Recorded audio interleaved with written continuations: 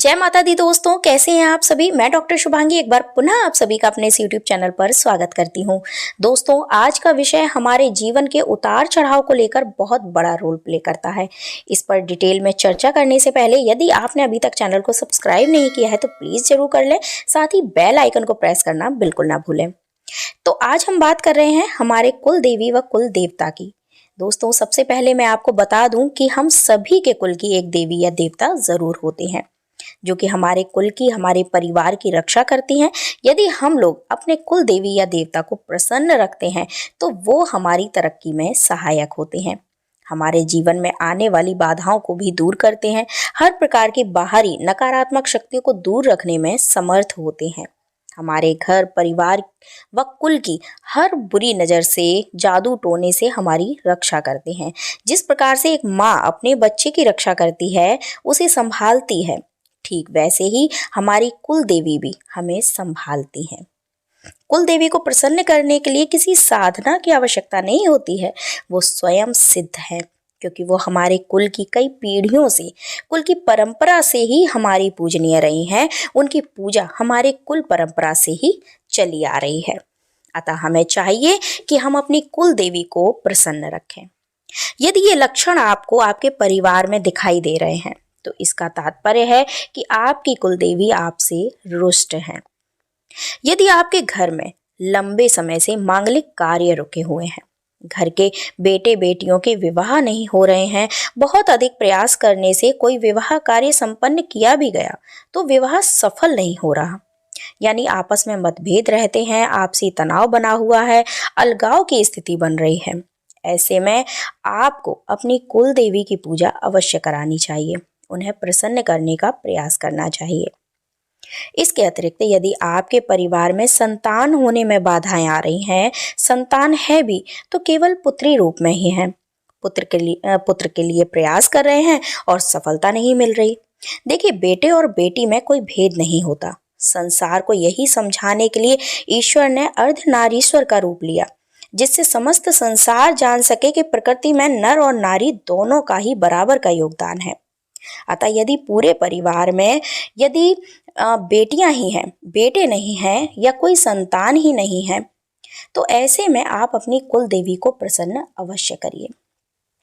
घर में भूत बाधा या नकारात्मक शक्तियों के होने का आभास हो रहा है या किसी प्रकार की बुरी नजर, जादू टोने का संकेत मिल रहा हो, घर परिवार में लगभग प्रत्येक सदस्य रोगग्रस्त है, आपकी कमाई का अधिकांश भाग बीमारियों के कारण व्यय हो रहा है, कर्ज से मुक्ति नहीं मिल रही, व्यापार या नौकरी में सफलता नहीं मिल रही, जीवन में कोई उत्साह नहीं रहा, एक नीरसता सी बनी रहती है, जिस भी काम में आप हाथ डालते हैं उसमें असफलता ही मिलती है। ये सभी लक्षण आपको बताते हैं कि आपकी कुल देवी आपसे रुष्ट है, क्योंकि जब हमारी कुल देवी प्रसन्न होती हैं तो हमारे घर में मांगलिक कार्य समय समय पर होते रहते हैं, परिवार में बच्चों की किलकारियां गूंजती रहती हैं। हमारी कुल देवी हमारे घर परिवार को सभी नकारात्मक शक्तियों से बचाती हैं, हर प्रकार से हमारे जीवन को उन्नति, हर्ष, उल्लास से भर देती हैं। चलिए अब जान लेते हैं कि हम अपनी कुल देवी को प्रसन्न कैसे रख सकते हैं। तो देखिए, जो हमारी कुल देवी हैं बिल्कुल हमारी माँ की तरह होती हैं। यदि वो रुष्ट हो भी जाती हैं तो हमारे थोड़े से प्रयास से पुनः प्रसन्न भी हो जाती हैं। अपने कुल देवी को प्रसन्न रखने के लिए आपको कोई बहुत ज़्यादा प्रयास या बहुत बड़ी पूजा अनुष्ठान की आवश्यकता नहीं होती है, बल्कि इन कुछ प्रयासों से, इन कुछ कार्यों से आप उनको प्रसन्न कर सकते हैं। जब भी आपके घर में कोई मांगलिक कार्य, विवाह आदि हो तो अपनी कुल देवी का स्मरण करके उनका भोग, उनकी थाली जरूर निकाल दें। उनसे प्रार्थना करें कि हमारे घर के इस कार्य को कुशलतापूर्वक सफल कराएं। आपकी कृपा से, आपके आशीर्वाद से आज यह दिन आया है, अतः आप अपना आशीर्वाद हम सभी पर ऐसे ही बनाए रखें।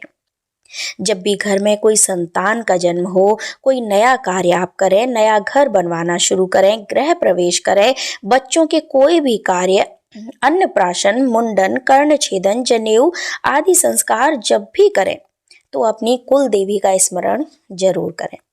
व उनका भोग उनकी थाली अवश्य निकालें। इसके साथ ही जो भी त्योहार आप मनाते हैं उन सभी पर, जैसे होली, दीपावली, रक्षाबंधन और जो भी त्योहार आपके घर में, आपके परिवार में मनाए जाते हों, सबसे पहले भगवान की थाली, गाय की थाली, अपनी कुल देवी देवता की थाली आप जरूर निकालें।